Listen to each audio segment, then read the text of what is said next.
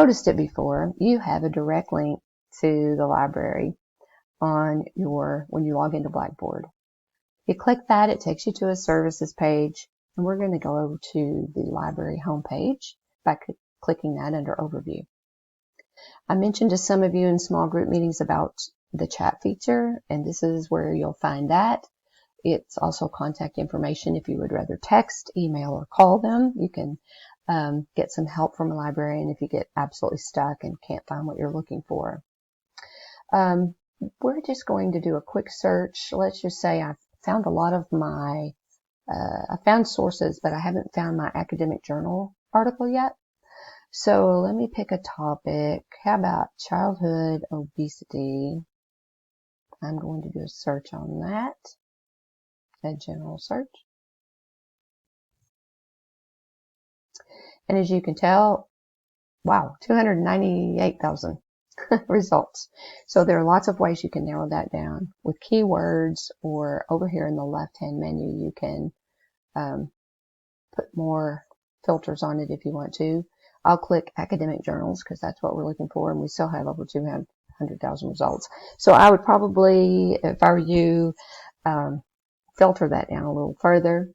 And then you want to be sure and log in with your net ID and password. You can't see that this is doing it for me because I've captured the screen, but that's what that was just doing. And now I have full access to all of these articles.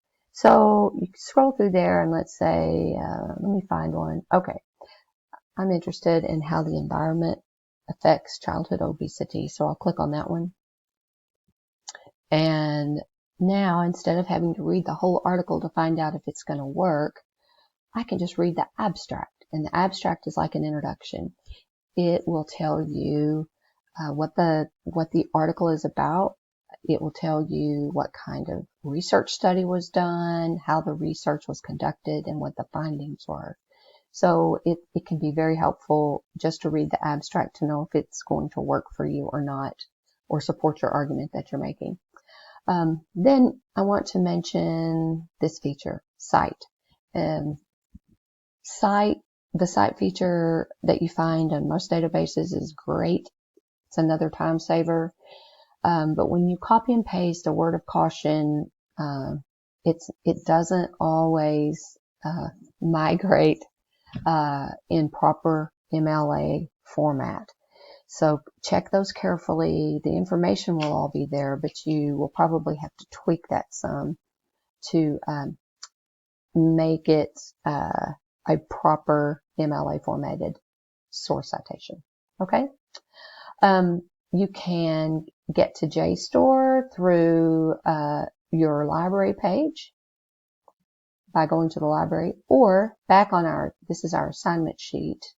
This is that resource section that I highly encourage you all to consult, review for help when you need it. There are a lot of resources here on this page. And you can also get to JSTOR by clicking on that link on your assignment sheet.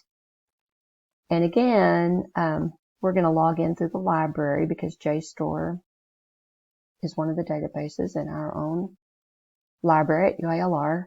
So all you have to do is tell them that you're a student there. And now I'm logged in. And now I have full access to the articles. So let's do it again. Let's see what JSTOR has. Oh, I misspelled that, but maybe it'll find it anyway. Oh, yep, I meant that. So sorry. Okay. All right, there we go. 3,900. So again, you can filter it. So let's go ahead and filter it. Okay, there are all our journals. So now I can download. It highlights the main word that I was looking for. Another good thing about JSTOR is that it gives you a snippet of the abstract, and so it saves you even more time to know in helping you know if the article is going to work as one of your sources or not. The other sources I wanted to mention again on our assignment sheet are the MLA formatting and style guides on here. The complete formatting and style guide there's a link there. There's a link to what your in-text citations should look like. There's also works cited page, and let's just look at that sample page right now.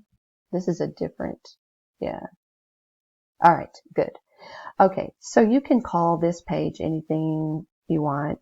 Basically, you can call it works cited, you can call it sources, you can call it cited sources, cited works. You get the idea.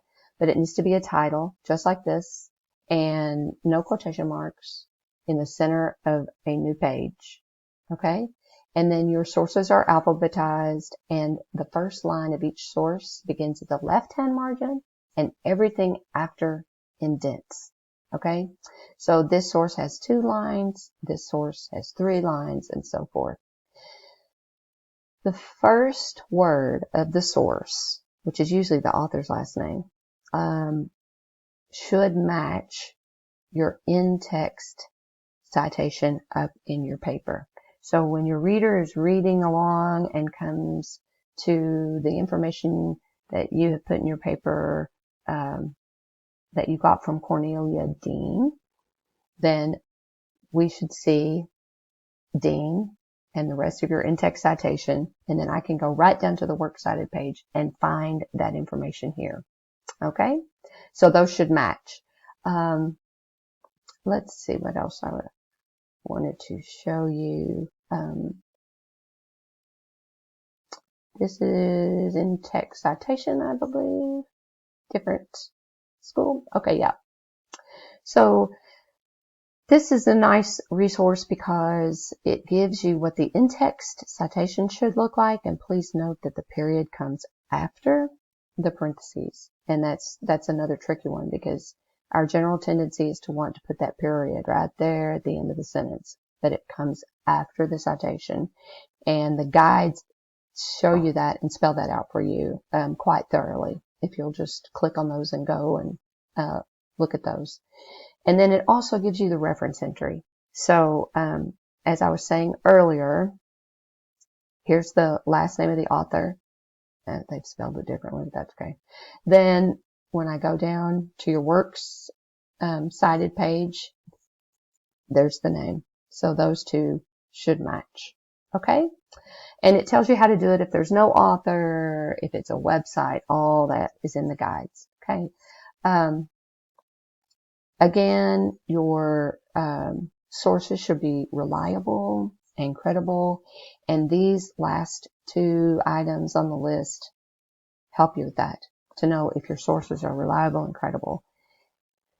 Typically, if it's an opinion piece, a blog, that is not a credible or reliable source. Neither is Google or Yahoo or Wikipedia. Those are not reliable and credible sources for this academic paper that you're writing. Okay, these are great places to start, and you can get a lot of good information and ideas, but they're not acceptable sources.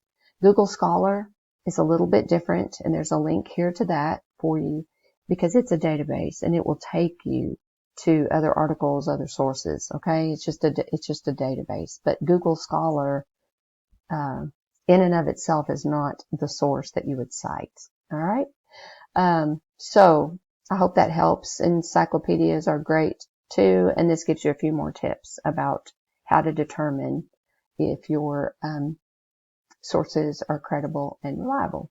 So if you have any questions, please email me, and